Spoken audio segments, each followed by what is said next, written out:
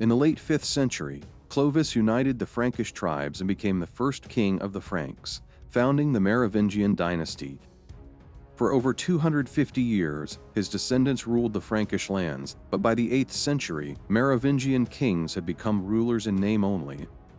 Real power rested in the hands of the mayors of the palace, chief ministers who controlled the kingdom's affairs. One of these mayors was Charles Martel, the legendary Frankish leader who halted the Muslim advance into Western Europe at the Battle of Tours.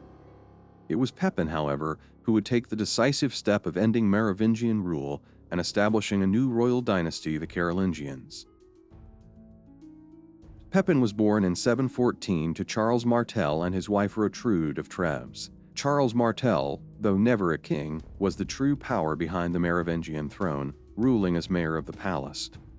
Pepin and his older brother Charlemagne were trained in the arts of war and governance. They were raised not as mere nobles but as future rulers of the Frankish realm. In 741, Charles Martel died, leaving his sons Pepin and Charlemagne to inherit his power. They divided the Frankish lands between them. Pepin ruled Neustria, Burgundy, and Provence, while Charlemagne controlled Austrasia and Alemannia. The Merovingian kings still existed, but they were powerless. The current ruler, Childeric III, was little more than a puppet. Their first challenge came from rebellious dukes and nobles. They spent years securing their rule, defeating enemies, and restoring stability. But in 747, Charlemagne made a surprising decision. He renounced his power and retired to a monastery in Monte Cassino, leaving Pepin as the sole ruler of the Franks. By 751, Pepin was ready to take the final step. He sent a letter to Pope Zachary, asking a simple but revolutionary question: should a king who has no real power still rule? The Pope responded with a clear answer: true power should belong to the one who actually rules. With the Pope's blessing, Pepin made his move.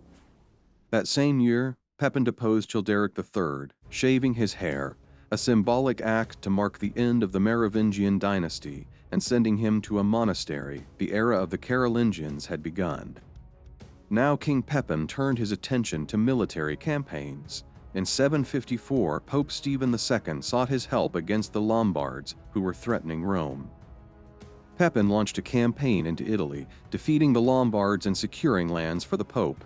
This would later become the Papal States, territories under the direct control of the Pope, a legacy that would last for over 1,000 years. He also expanded Frankish control over Aquitaine and subdued rebellious Germanic tribes, strengthening his kingdom's borders. After a successful reign, Pepin the Short died in 768 at the age of 54. His kingdom was divided between his two sons, Charlemagne and Charles, the latter of whom would become one of the greatest rulers in history, Charlemagne the Great.